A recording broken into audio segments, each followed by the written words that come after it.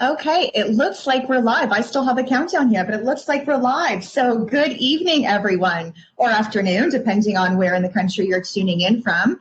My name is Alicia Scallon. I'm the co-CEO and head of events at Women of Influence, and I want to welcome you to our Unmasked Community Calls to Action panel discussion and thank our presenting sponsor, 30% Club, and our partners at Women Entrepreneurship Knowledge Hub for making this event possible. Before we dive in, I want to start by acknowledging that whatever land you are on is the traditional territory of many nations and is home to many diverse First Nations, Inuit, and Métis peoples. As many of you know, earlier this year, we launched the Unmasked content series on womenofinfluence.com.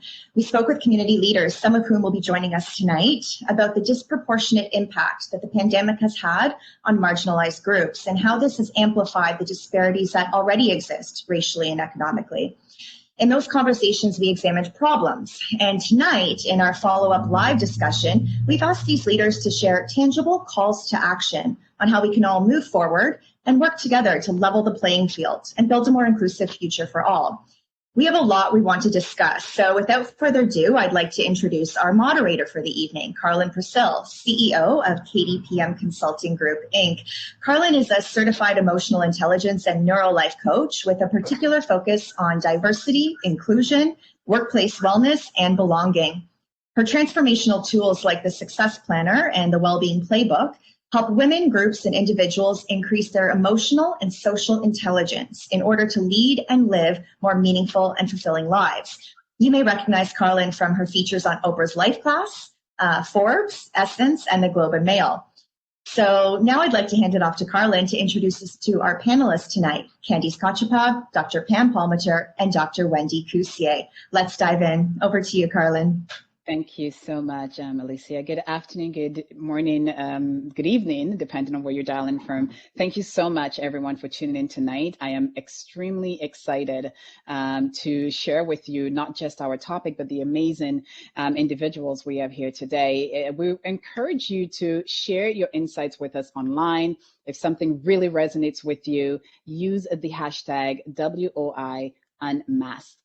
And to get us started, I would like to first call on Candice.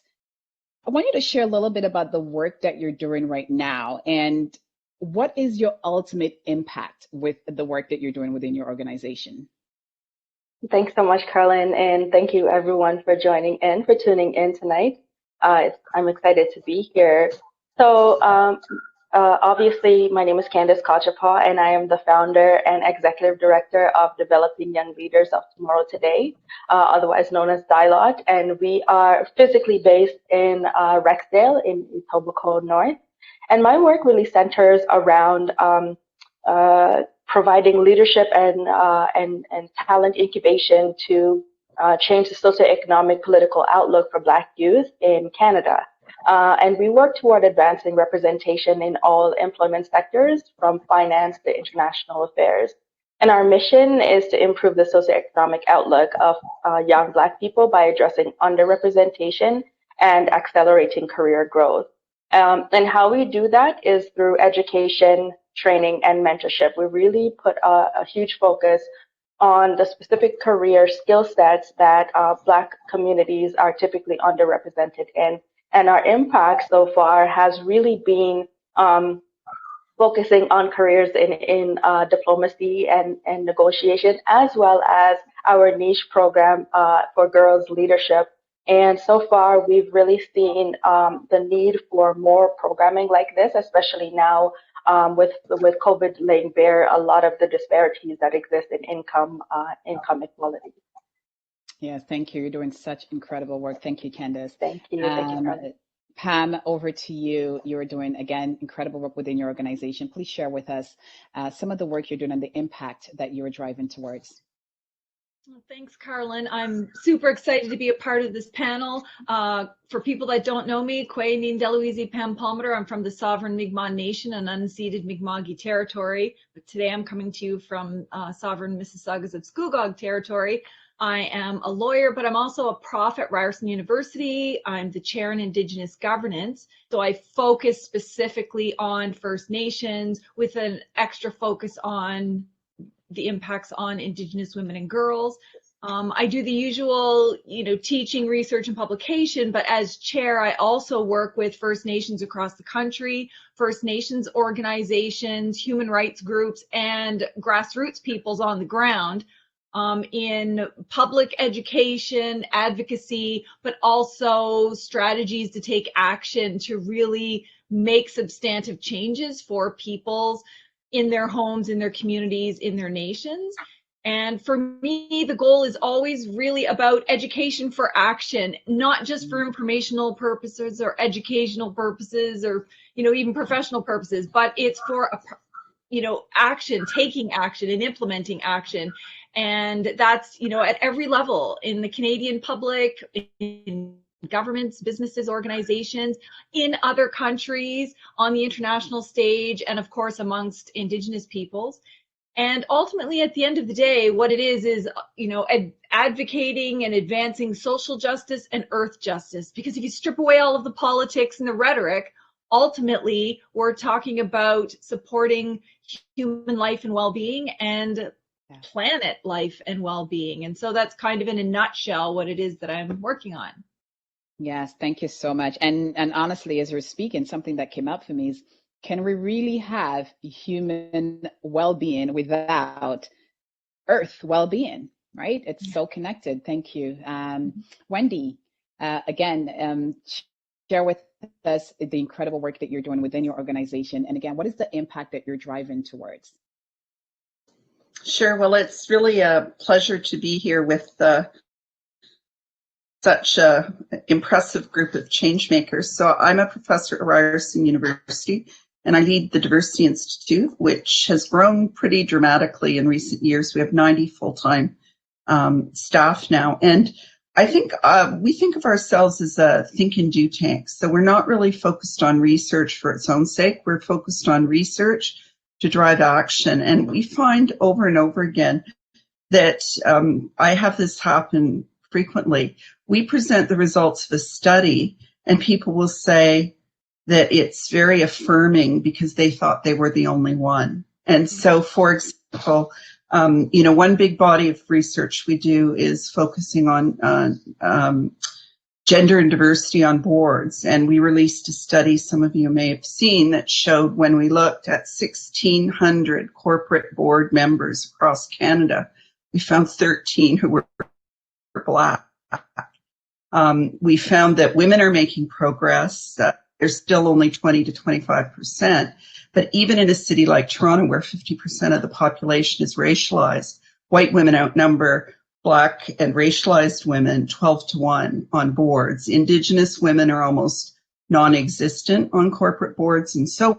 And that research, which Pam has been part of the projects associated with that research then we were able to use to push the government on Bill C-25. Bill C-25 initially was comply or explain legislation that only talked about gender. And we presented the results of the research and said, Canada in the 21st century cannot just talk about gender. We have to, as a minimum, talk about the 4 designated groups. So that was a really key example of how we drove change at the macro level. And then we also work with organizations to get them beyond the talk about diversity and inclusion and get them to set targets, to be accountable, and develop strategies that go beyond representation, because we can't treat this as a counting game, numbers game. We have to make sure that the words are associated with action. And so one of the things that we've done, the diversity assessment tool, for example, looks not just at HR, which lots of people do. It looks at every aspect of the strategy. What's your procurement strategy? How are you supporting women-led businesses, Indigenous businesses, businesses owned by Black Canadians, and so on? What are your products? How are they being developed? Are you embedding bias in your artificial intelligence systems? How are you handling marketing and outreach and so on? So taking that lens right through the process. And then we run programs for individuals. We run 7 different incubators targeting underrepresented groups to help them develop entrepreneurial skills. We partner with the Black Business Professional Association, for example, on the Boss Women program. We have programs for immigrant and refugee women and so on. And so, and we also have programs that are focused on building financial literacy, technical skills, and so on. So we really think that you have to operate on all three levels of the system in order to drive change. And, you know, we're very much committed to doing that with partners and experts like Pam from across the country. Thank you so much. And what I love about each of you in terms of your focus in your organization, that is very action driven and tactical, and which is important in terms of doing the work. And Wendy, I think I did get an opportunity to share that with you. During my 20-year career working in the financial industry on Bay Street, I devoured the diversity reports that the Diversity Institute from Ryerson did, because I think this was the very first time I saw myself being seen and heard, and I felt like I didn't have to prove my story or what my reality is to anyone. So again, a testament to the incredible work that you're doing, because it did help me to navigate not just the emotional tax, but also how do I navigate the conversation differently, which after 20 years, I did leave the bank and now I have my own company. So that was one of the impact that you did have in terms of the work that is being done. Now, we're talking about the disparities that always existed. I think all of us here knew that they existed before COVID. But of course, COVID has really put a spotlight on some of the disparities. So I have a two-part question for each of you. And Pam, I'm going to start with you. Can you shed some insight on the disparities from your own unique perspective, but also can you talk about how the disparities facing marginalized communities have been amplified? Are you seeing a specific focus or area, whether that's through agenda or through any other lens? Yeah, for sure. I mean, think about the conditions in First Nations prior to COVID. So Canada was already in a multiple overlapping human rights crisis in its treatment of and neglect of First Nations. I mean, you're talking about more than 100 First Nations without clean drinking water on any given day, massive housing crisis, overrepresented in homelessness. I mean, the life expectancy is 15 years less than Canadians, high infant mortality rates, injuries, suicides, you know, you name it. And then add on top of all of that, the poverty crisis, where more than 60% of First Nation kids live in poverty. And it would take many generations to close the education gap and the employment salary gap. And that's if Canada acted before COVID. Now add COVID on top of that. And we know from the statistics that every outbreak, epidemic, and pandemic has always hit First Nations the hardest, the longest, and the biggest in terms of numbers. I mean, if you just look at tuberculosis, for example, it's all but eradicated in Canada, but it's 40 times higher in First Nations, 290 times higher in the Inuit. And during the H1N1 crisis that we saw a delayed first wave in First Nations, which is what we saw here. So people thought during the so-called first wave, First Nations didn't have that much COVID, but in fact, we're really just getting the first wave now. And it's so bad in some First Nations, they've literally had to call the army in. And that's a lack of addressing the human rights crisis prior to COVID happening. It's a lack of putting an emergency priority response on First Nations once COVID did happen. And even just the basic advice of health officials, like stay home assumes you have a home. Socially isolate assumes that you're not living in a house with 28 other people sleeping in shifts, and then wash your hands lots assumes that you have clean water to do so. So even just basic health advice that you wouldn't think is discriminatory is in fact disproportionately impacts First Nations. And so, but in part of that, and I'll talk a little bit about this later in our discussion about how First Nations have responded to that, but it still remains quite a crisis because of the overrepresentation in things like prisons and group homes and foster care situations and shelters and things like that. Thank you. Thank you so much for sharing this. It always breaks my heart when I hear the real truth of what's happening in all different communities. Candace, what about you? What have you been seeing?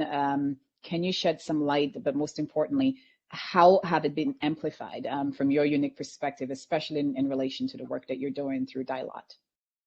Absolutely. So, I mean, the closest similarities that we can draw with Black communities in Canada and our Indigenous brothers and sisters is that we share life experiences between the disparities in income, the disparities in access to affordable housing, childcare, and precarious work. And for me, and the focus of Dialot, what we're looking at and what we've been hearing from the different meetings and the different panel discussions that we've been having is that first and foremost, COVID is impacting Black communities because we're on the front lines the most. The jobs that we hold are always low wage, they're always precarious, and therefore, no matter what is going on, we have to go to work. There's no other life opportunity for us but to be constantly on the front lines. We have lack of childcare, affordable childcare, which means that parents have to put their children in public childcare spaces. We don't have the access to have a nanny come in and help to support us.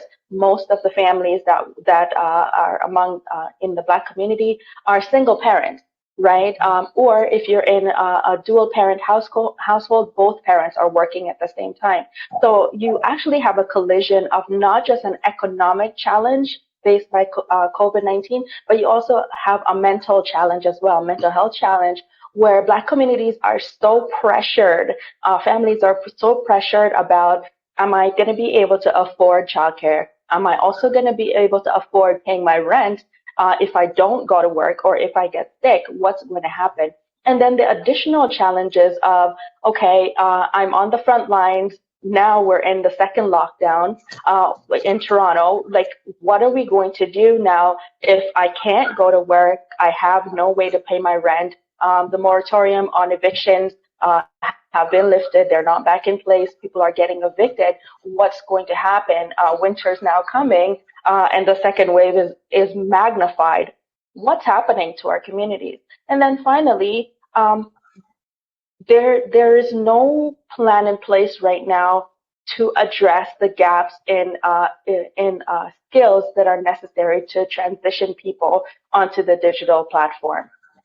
So what we're seeing is that people who, particularly students who need to access virtual learning, especially Black youth, first and foremost, never had access to the technology before COVID. And so now there's a mad scramble to get technology to Black communities, but people aren't getting that support. And then when the support arrives, who's helping to navigate, to provide the training that is needed to consistently access the virtual space? So we're seeing a lot of, I believe, like there's a lot of conversion on disparities happening economically, emotionally, just technologically. All of these things are basically compounding together.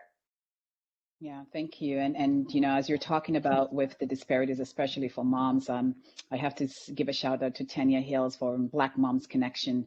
She's been doing some incredible work in the community, ensuring that we're bridging that gap and trying to find resources for Black mothers as well. And going back to your point around, now that's the second wave and it's in winter and we're in Canada. I remember reading a story, I can't remember what school it was, of a young Black student that the principal found them at the first shutdown, sitting outside in the yard because they did not have internet at home.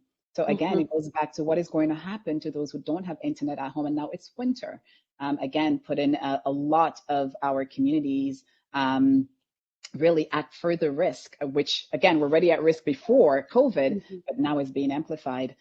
Wendy, can you share with us from your viewpoint, what are some of the disparities you're seeing amplified and by COVID? And from your unique perspective, can you shed some light in terms of insight in what you're seeing that has further been amplified because of COVID? Well, I think everything that's been said is demonstrated by the evidence. We know that as well the gender dimension cuts across all this. So women have been harder hit as well. 30% are considering leaving the workforce for exactly the reasons that we're talking about.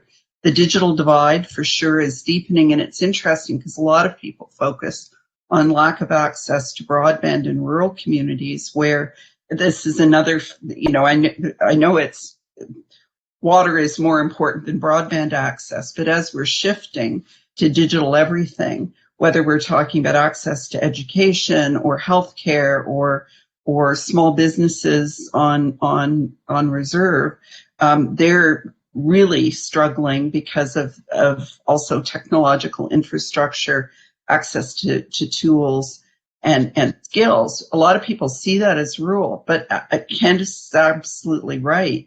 It's also an urban problem, and it's interesting because you've probably heard of the study, The Color of Poverty, that intersects racialization in the GTA against poverty.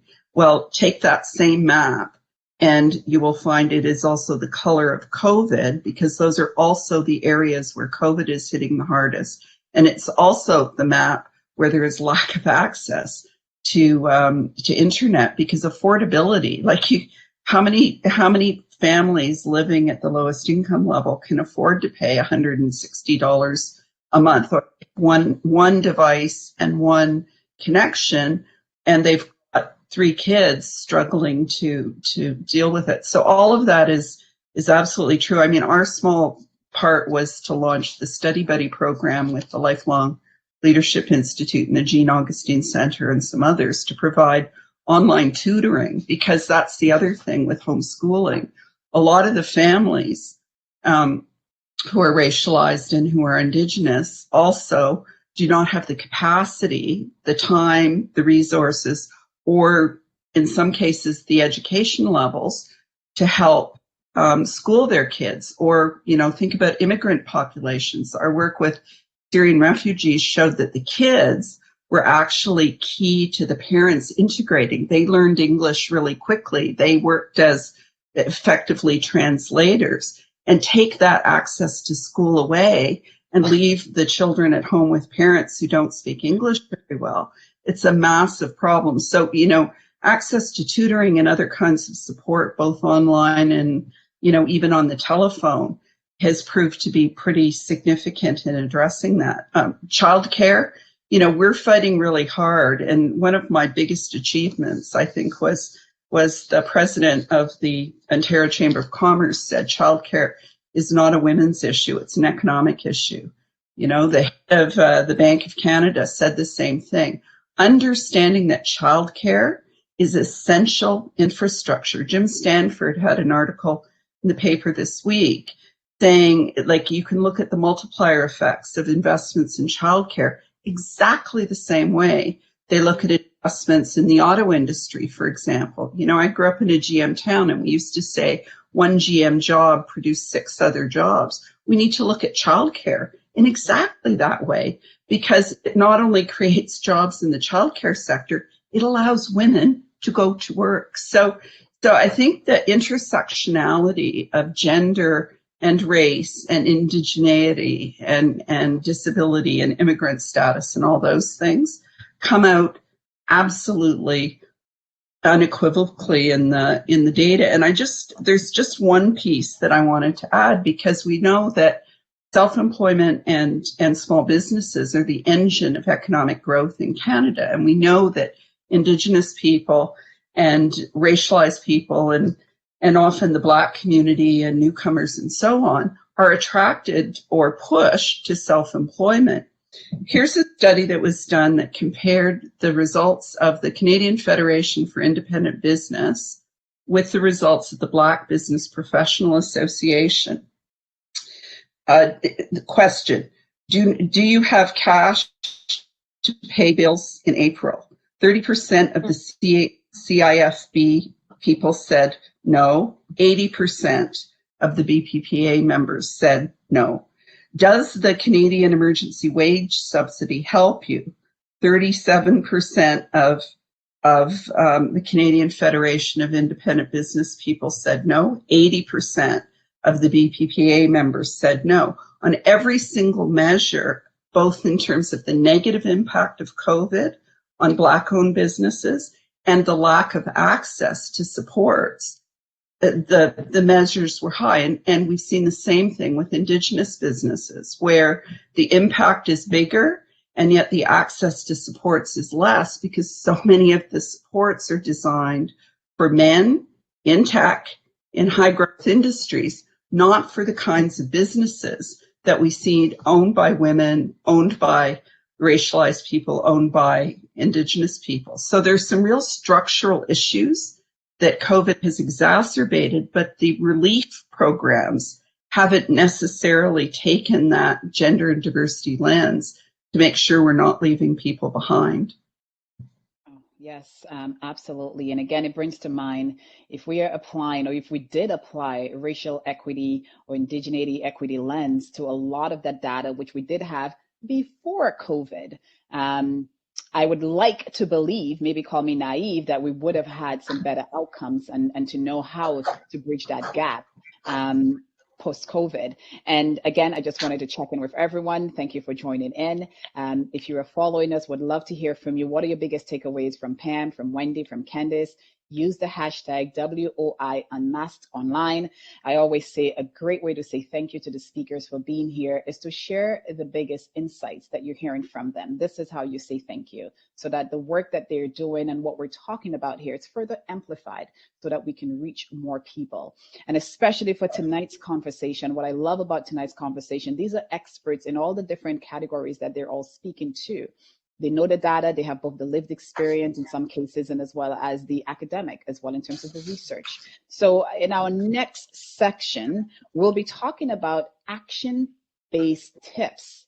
Like, these are things that you can do to ensure that you're helping advance and bridge that gap. So the big question for tonight is, what can all Canadians do to be better allies?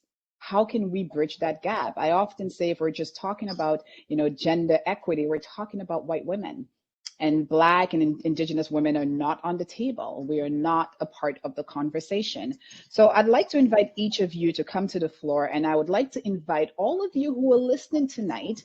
I hope you have either your phone or your pen or your notebook. This is not a listen and learn. This is listen and learn so you can take action and make it a part of your goals as we move forward into 2021. And if anyone who follows me or you know me, you know I'm all about action, because this is the only way for us to make impact. We have been speaking enough. We have been looking at research enough. We now need to change the research. Let's have some new data points, and that will depend on what action each and every one of you who are here today actually take. So I'd like to start off with you, Candice, talking about some key tactical items or things that people can do. And what I really love about your approach, you're talking about inclusion through different lenses. You're talking about social inclusion, psychosocial inclusion, as well as economic inclusion. Can you share with us, what are some things that individuals can do starting today, action that they can take to help bridge that gap? Absolutely, Carlin. So I'm going to start off with social inclusion first and foremost. And when I'm talking about social inclusion, I'm talking about intentional allyship for community development. And what I mean by that is you're creating concrete actions to lead to marked progressive shifts toward inclusion. So a lot of focus has been placed on funding for Black communities in particular. And I'm speaking from the Black perspective, again, because I have lived experience and I also have research experience on the impacts of precarious work prior to COVID on Black communities. So what I found, though, is that the problem with funding is that, and again, funding in the traditional sense, the problem with funding to solve a problem is that there's no follow-up or follow-through commitment to the contracts that the funding entail. So what happens is funds are typically time-limited and resource-limited. So when COVID hit, there was this mad dash to fund Black organizations or organizations that are B3, Black-led, Black-serving, and Black-focused. And the challenges that come with that is that Black communities, first and foremost, have never had that much attention placed on the needs in communities from a structural perspective. So funders, governments, corporate bodies come in and say, hey, we recognize we have a diversity problem. We want to make sure that we hire more Black people. We want to make sure that we are sponsoring more Black focused programming. But there's just the focus on funding, on donating. Here's the action point for social inclusion, particularly, is to make sure when you're talking about allyship, make sure that there is something attached to your funding donation. Let your funding donation include your intentionality to walk alongside Black communities. And that could mean learning about the organization that you're funding, learning about the programs that we're doing, and determining how you can get involved in those programs. Don't automatically assume that we don't want to work with you. We want to work with you because it is going to take the entirety of society to build back better. That's first and foremost. So the impact that is happening at the social level is really about the groundwork that is happening, coming from community organizations and building out. Figuring out how can we work together in all these different areas to provide for better social inclusion. The next piece is economic inclusion, and we really COVID really kind of gave us a lot of slaps in the face, to be honest with you. We knew the status, we knew the data about precarious work and how it impacts racialized communities. We knew that low income was always a challenge in Black communities, but it was easy to kind of shove it in the background. Now, with COVID, what has happened is everyone is producing research, and all the data is saying the same thing, that Black communities and Indigenous communities, First Nation communities were always 15 steps behind everybody else.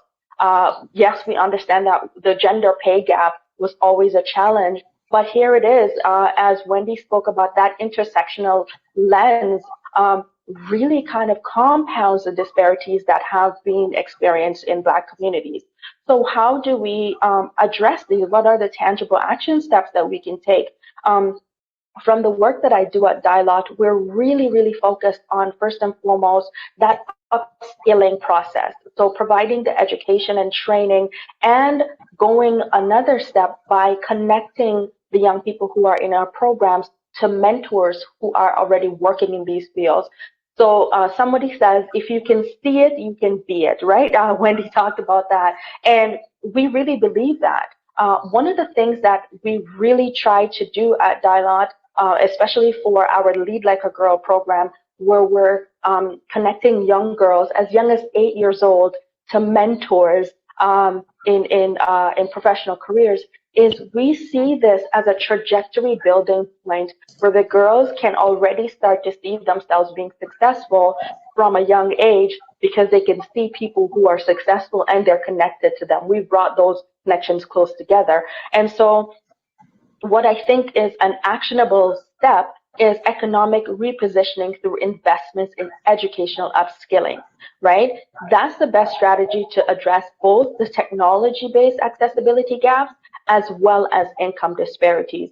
So most of the programs that we do, we have Lead Like a Girl, as I mentioned. We also have our Black Diplomats Academy. I believe I want to claim it as the first Black community-focused diplomatic training program. That's something that we are getting ready to launch. And then we're also working on a cybersecurity-based training program for Black high school students. And this all under the guise of changing the economic trajectory of Black communities, Black young people in particular. And then we also want to focus on recognizing the trajectory of the labor market. And what does that mean? We know that even the most basic available jobs, this is talking about now just COVID, even the most basic available job requires the ability to navigate the internet. So as simple as ordering your meal through Uber, you have to know how to use a mobile device. You have to know how to place an order. So as basic as you can get it, you have to be able to navigate the cyberspace. right? So digital careers offer both greater economic stability as well as the most agility for work environments. What we need to generate from all of this research, all this data that is being presented is a roadmap of how to transition Black young people, Black community members from the precarious position of low wage work, of always being on the front lines of being hired last and being first to be let go. That is something that is a continuous story within Black communities. So when we're talking about economic inclusion, these are the action steps that we need to take. And then finally, considering the psychosocial impact. And this one I want to really spend a little bit of time on, because this is something that I experienced myself personally, is that as Wendy spoke about, I'm a new founder, right? Dialogue is still very, very young, very new. And so, you know, understanding how to run a business before COVID, you know, and a business that is considered to have great impact. We're pushing for national impact and even international impact. But now, being at home, I also have two young children. I have two girls under 10 years old. I have an 8-year-old and I have a 1.5-year-old. So being able to run a business, work from home, do virtual schooling, and all of that, my husband works. He works outside the home. So all of those pressures are sitting on me. This is a story for our Black communities.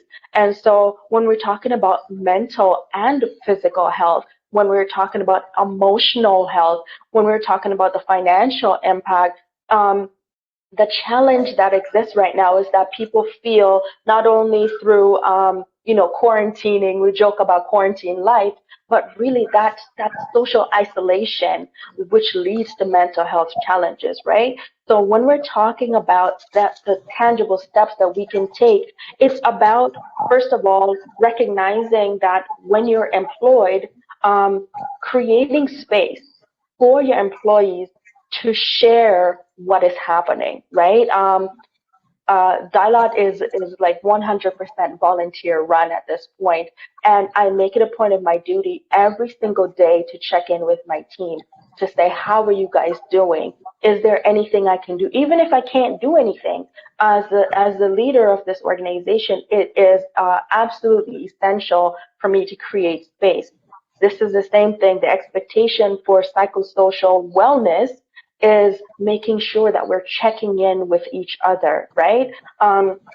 A really simple thing happened a few weeks ago as we were kind of emerging from the first part of COVID and then, you know, getting ready to enter the second part. I was walking on the street and I was walking with the girls just for a regular walk, and a gentleman, another black man was coming towards me.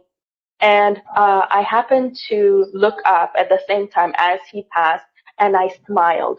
And he stopped, and he turned, and he looked at me, and he said, "You know what you just did?" And I said, "No, what did I do?"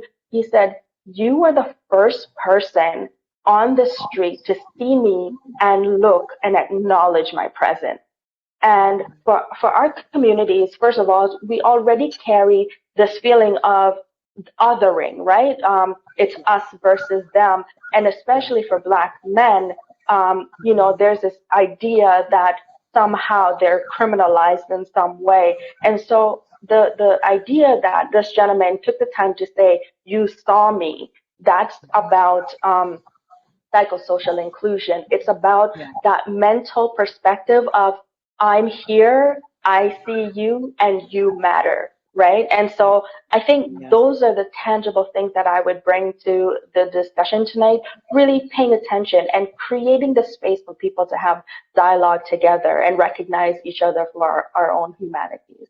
Thank you so much, Candice. The rehumanization of the Black experience is key, because that will help us to not just build back better, but I often say build back different. Because if you're building back different, it means you're taking a look at the structural, you know, the impact of structural racism and institutional racism to ensure that you're not re-embedding inequities in terms of what's being built back. Now, Pam, over to you. What are some of the things that Canadians can do in terms of allyship in ensuring that that gap is bridged?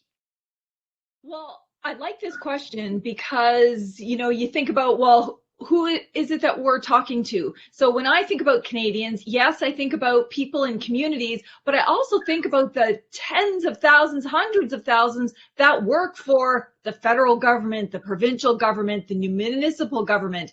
And so sometimes when we're talking about, who should be doing what, we hive it off into government versus Canadians. But, who do you think is working and running government? It's Canadians.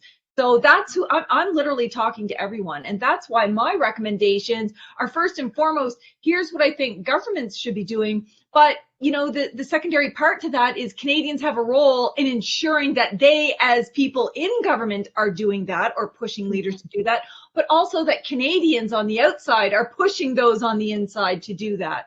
So for me, I see 4 things that are exceptionally critical during this time right now for Indigenous peoples, because they all relate to what I would consider this, trifecta of crises that Indigenous peoples are in right now. So you've got the pandemic, you've got this, crisis of genocide. I mean, the National Inquiry into Murdered and Missing Indigenous Women and Girls found just a year ago that Canada is guilty of not just historic genocide, but ongoing genocide, that governments still have laws, policies, practices, and economic systems that intentionally seek to destroy Indigenous peoples physically, biologically, spiritually, and culturally. So that is pretty significant. And then on top of all of that is the systemic racism we saw during COVID, the protests by Black and Indigenous peoples against police violence, brutality, killings of Black and Indigenous peoples. Well, throughout COVID, we've seen not just killings of Indigenous peoples by different levels of police officers, we've seen health officials, doctors and nurses act in horribly racist ways and not treat Indigenous peoples properly. And that's across all of the systems. So I'm saying that right now, all Canadians, inside and outside of government, need to use whatever skills, talents, insights, strategies they have, because keep in mind, Canadians, relatively speaking, they're the ones that have the wealth, the power, the numbers, and the influence to be able to force the change, to be able to stand with Indigenous peoples and saying, here's what needs to change and why right now. I mean, instead of using COVID as an excuse not to act on the genocide of Indigenous women and girls, I mean, I can't even imagine using that as an excuse. That should have been the fire to say, look at the horrible conditions we created from our ongoing genocide. We need to target this right now as the #1 priority in this COVID pandemic. So I would say they have got to enact a transitional justice plan away from genocide against Indigenous peoples generally, but specifically Indigenous women and girls. They need to declare things like Indian registration under the Indian Act an essential service. And why is that? Because that's the only way to access programs and services specifically for First Nations if you're registered. Canada has lost all of its court cases because of sex discrimination in the Indian Act, where it has excluded First Nations women and children from registration, banned membership, treaty benefits, and all of these other kinds of things, health, social, educational, housing programs. And so they need to actually, as part of their plan, declare that an essential service. They need to decarcerate Indigenous women and girls in youth corrections right now. The fastest growing prison population is Indigenous women. 42% of all women in federal corrections are Indigenous. And in some provinces like Saskatchewan, those rates are as much as 80% in prisons. And for youth, 98% of youth in corrections are Indigenous girls. It's so out of control, but the public doesn't realize that. And guess what acts like an incubator for COVID? Of course, the grossly unsanitary, overcrowded prisons and youth correction system across this country. And the last one I would add is one that actually doesn't come from me. It comes from the United Nations Committee for the Elimination of Racial Discrimination. And it told Canada to put a moratorium on all of the pipelines, mining, and man camps that are happening in this country against the will of First Nations for several reasons. One, because of the violence that happens to Indigenous women and girls by the people that live in those man camps. Number two, the violence by police officers trying to stop Native people from protecting their lands. And number three, COVID. I mean, another incubator for this COVID pandemic is man camps. And guess which organizations had exceptions even during lockdowns throughout this whole pandemic process? The extractive industry and man camps.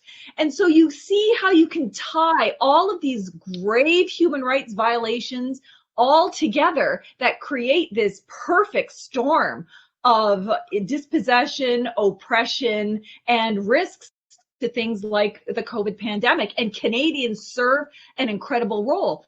So whether you're offering IT services, research services, whether you're helping to lift up other voices, whether you're making donations, whether you're helping to push on the inside or the outside, whether you sit on a school board, it doesn't matter. Every single Canadian has the opportunity and the ability to push on every one of these fronts. Whew. Yes, I was about to say amen, but I'm like, no, we're not in church. But this, again, I hope that everyone's taking notes and you are making your commitment mentally and emotionally, because again, the only way for you to earn, and I say earn because there are a lot of people who assume that allyship is something that you say you are and then you automatically become an ally. The only way to become an ally is through action, and you have to earn that title. And the only way you know you have earned that title is if the communities you are talking and advancing and amplifying and taking action on behalf say that you are. So again, share your insights, your takeaways, your commitment that you will actually put into action. Share it online using WOI Unmasked. We will be coming through and we will be ensuring to see what you are going to do post this conversation. Wendy, over to you. What are some action-based strategies that individuals can put in their allyship playbook, the action plan, not just for today, but for 2021 and beyond?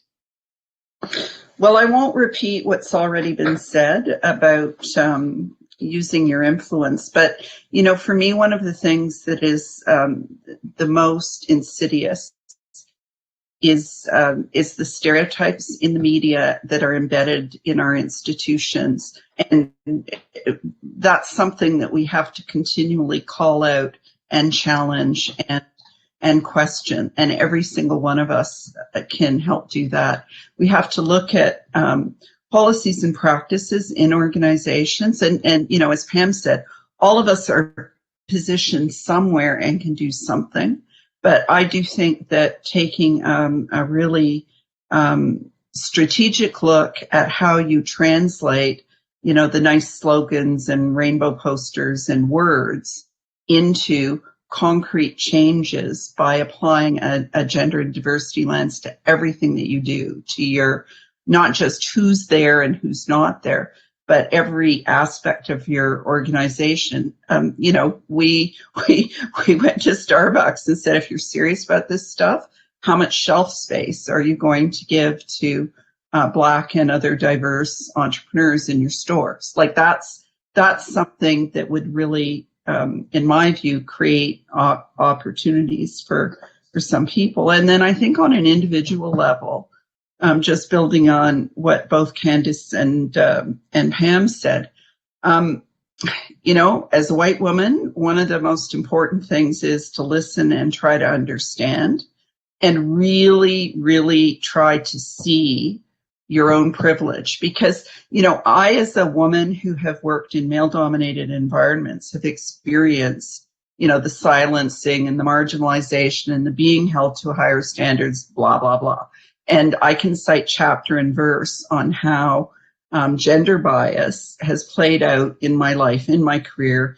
You know, I have some experience as the child of a refugee of certain things, but I do recognize my privilege that comes from, you know, my education, my socioeconomic status, and so on. And I think, you know, as a white woman, that becomes really, really key, understanding how that does give me kind of power and influence, and what my sphere of influence then is in order to to drive change. And I think a lot of people, privilege isn't just a function of the color of your skin, but privilege is a function of all kinds of things. And becoming more aware of that and becoming more aware of the experience of other people who don't have privilege, who are followed around every time they go into a store, who are stopped by the police, who, don't have access to running water. I had staff who were working in their car because they didn't have space to work at home, things like that. That I think can become a really important motivator, but indignation is insufficient. You really have to be intentional about how you translate that into action. And I mean, Pam knows I work on lots of contentious political issues. I work on gun control, and I often say, my problem is not the gun lobby and the opponents of gun control. My problem is the people who cry, tears and say prayers and do nothing. And I'm a child of a Holocaust survivor, and the whole idea that if you're not part of the solution, you are part of the problem is kind of embedded in my DNA. And I think that we really have to get people to understand, as everyone has said, that it's not enough to have the slogans. It's not enough to have the, to have the politically correct language and do the land acknowledgements, et cetera, et cetera. It's got to be translated into concrete action that drives change. Absolutely. And I really love that you mentioned, looking at it through the lens of privilege as well. If you don't identify, if you're not Black, if you don't identify as part of Indigenous peoples. And one of the things that often comes up for me is there's a lot of fear of saying the wrong thing. And I remind individuals that there are no innocent bystanders. So if you choose to stay silent, you are choosing the side of the oppressor. You are choosing to continue sustaining and upholding systemic inequities, not just in the workplace, but in our societies as well. So again, like Dr. Wendy just said, indignation isn't enough. You have to do something. So I invite all of you to think about your own emotional discomfort. And I want you to trade that for action. Think about what you can do with that privilege, and think about your privilege in all forms. Think about your position privilege, your leadership privilege, the systemic privilege that you get. Yes, it's not only about the color of your skin, but what access, what unbiased access and privilege did the color of your skin afford you? Because I often say for Black folks, we cannot take out or take off the very visible knapsack. And that discrimination, it keeps increasing. It keeps going up. 20 pounds gender. You add, LGBTQ status. You add socioeconomic. You add religion, and you just keep adding another 20 pounds. Yes, we have learned to walk with the load, but just because we have learned to carry the load does not mean that it is okay. So again, I want you to share your action using the hashtag WOI Unmasked. Again, it's important for us to demonstrate our intention right when we're in the room, because we're all here with a collective energy of taking action and earning your title of allyship, because it's a journey. Now, listening to all of you, and I know you're all in this work, both personally and professionally. And Pam, I'm going to start with you. What gives you hope? Because we all know that we should not be here having this conversation if leaders were held to a higher standard at all levels of government and all levels of organization. So what gives you hope, Pam? What gives me hope is people in the street, people saying no, people standing up, people, conflict, debate, anger, tears, frustration. That gives me hope, because in the entire history of the world, we know that the most significant steps forward for humanity have always come after periods of conflict. Think about women's rights, civil rights, indigenous rights, protections for the environment, protections for disabled people, and every single level. That didn't come as gifts. That came after strenuous advocacy, planting the seeds of change and justice, and being angry and being in the streets and being disruptive and resisting at all levels and being, you know, not just determinative, but not letting anything set you off your path, whether you have consensus, whether everybody agrees with you or not, because that's effectively how revolutions take place. A small number of people lead the way and then the rest follow.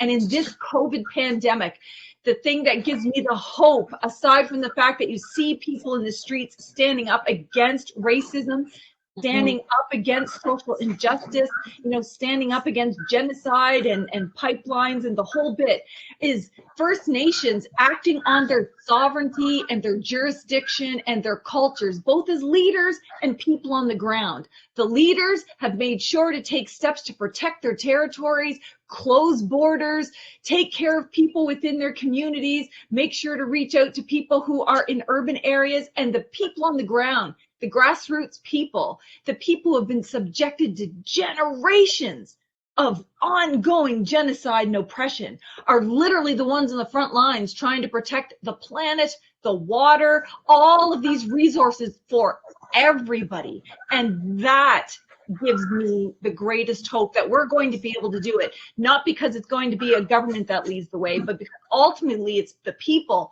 coming together and forcing those changes that we need. Whew, I am taking some of that hope with me, and thank you for your fire and your passion. This has been such an incredible conversation. Wendy, we are going over to you. What brings you hope? And then Candace, you, and this is going to bring us to our close. But first, Wendy, what brings you hope? You've been doing this work for so long. Are you still hopeful? It depends on what day. I do think, look, I remember when Donovan Bailey, the Olympic sprinter or relay runner, said racism was a problem in Canada, and he was pilloried and practically, you know, run out of the country. And yet we know from work that we've done that racism is real and it exists. Even a few years ago, people wouldn't, like, talking about anti-Black racism was radical. Now it's mainstream. We now have people who are the head of large institutions admitting, sometimes it takes them a few days to get it right, but admitting that systemic discrimination is actually a problem. Like, for me, the fact that some of these ideas are getting into what I would call the mainstream is encouraging. At the same time, you know, words are words and actions are something very different. But at least we're seeing, you know, the unusual suspects talking about childcare, an economic issue, looking at the multiplier effects of childcare. I feel that COVID has shifted the discourse, shifted where the mainstream is on these issues. And we know that, you know, radicals beat down the door so the moderates can march through. And I just see that there has been a whole shift on these issues. It's not that the right wing and the, you know, the backlash is not there. And, you know, you just have to look at what's going on, you know, in places Pam and I know about with premises and so on. However, I do think we have seen a dramatic shift in kind of mainstream discourse. And if we can hang on to that, and if we can hold people accountable, I think it could really create significant change. Oof, yes. And you know what inspired me based on what you were saying is that I have faith in the women of influence community. I think that the women of influence community can demonstrate what that accountability and that action can look like. So I am looking at each and every one of you, plus the friends and family members you'll be sharing this talk with, plus the action steps that each and of our speakers have shared, because they have done the work. And again, to me, the way you say thank you and your honor, when someone gives you the gift of not just the labor from their life or the labor from their work, is that you put it into action. And the other thing that I'll say for women, Candace, I'm coming to you right now, for every single woman listening, well-behaved women really make history. I'm sure we've all heard that. I want you to write that on your notebook where you're going to write your action plan. Remind yourself that the number one thing that you are assigned to do as part of your allyship work is to be disruptive, is to break away from that performing, perfecting, and pleasing. We need you to be very, very misbehaving as part of this movement. Candace, what gives you hope? Carlin, what gives me hope is the collective effort to dismantle entry point barriers. And that is a conversation all by itself. What are entry point barriers? I remember when I started to do research on precarious work and how it impacts Black communities, I really was looking just on employment related to leadership positions. And then I remember being in a class that people were talking about advocacy and what the difference between advocacy and activism. And what I started to realize is that most people have the idea that the only way you get a movement for social justice and social change is through marching, is through disrupting physically.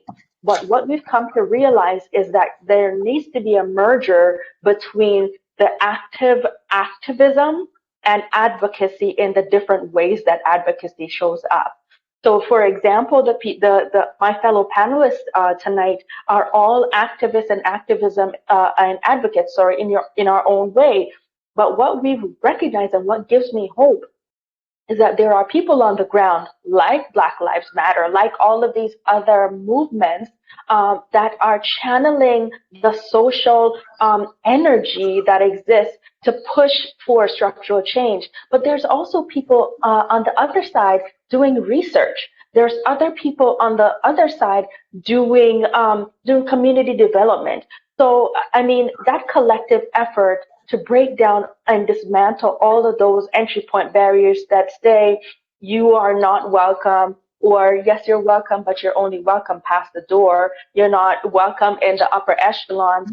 There's work happening inside out.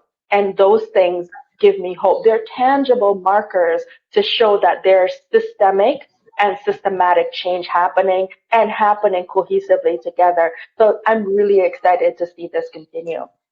Oh, me as well. I cannot thank each and every one of you enough. Thank you so much for showing up, for being unmasked, for speaking your truth. And that brings us to our time this evening. Thank you, Candace. Thank you, Wendy. Pam, thank you so much for being here, for showing up, and for all of you who showed up today, and for all of you who will take bold action and who will actually make the commitment tonight to misbehave, to go outside of your status quo, to be uncomfortable, because it will feel uncomfortable because you are doing something that you've never done before. And we're dismantling systems. And I often say, systems don't dismantle themselves, people do. So as you think about your year-end goal in 2021 and the legacy you're leaving behind, I want you to know, what will that letter that you're writing to your future self, what will it say? What will it support based on what Pam said, what Wendy said, and what Candace said? And with that, I want to say thank you again to all of you. Thank you, Women of Influence. And thank you to our sponsors, 30% Club and the Women Entrepreneurship Knowledge Hub, for making this event possible. Before we head over to the breakout rooms to keep connecting, and also when you get into your breakout room, I want you to identify your co-conspirator. Who will keep you accountable? Because yes, there will be days you will feel a little bit tired. There will be days you will feel that resistance coming from people who even look like you. They might be in your family. They might be in your workplace. They might be asking you, what are you doing? Lean on your co-conspirator. These are the ones who will misbehave with you. And to close this off, I'd like to invite Wendy to share some final closing remarks on behalf of the Women Entrepreneurship Knowledge Hub. Thank you all for being here. I look forward to seeing all your action items online at WOI Unmasked. Have a wonderful evening. Wendy, over to you. Thank you. Thanks so much. This was really inspiring. And you know, when you ask the question of what gives you hope, it really is people like the ones we've been talking to tonight, because there are so many people working in their own spaces to try to drive change. And, you know, again, I show my age, but Ursula Franklin, who died a couple of years ago, once said, "Change comes not through revolution, but millions of earthworms preparing the soil." And I've always thought that we do need that combination. Candace said it very well, of activism, but also advocates, and that every single one of us can take small actions that will add up. I had sort of a word from our sponsor commercial, but I think given the time, I will really let it go and just say thank you very much to all of the panelists, and thank you so much to our great moderator, and thanks very much to all of you for coming this evening. And do check out the Women Entrepreneurship Knowledge Hub and some of the other projects the Diversity Institute has going on. But really grateful for the conversation, very inspired, and keep up the good work. And don't worry about being nice, worry about being effective. Thank you very much.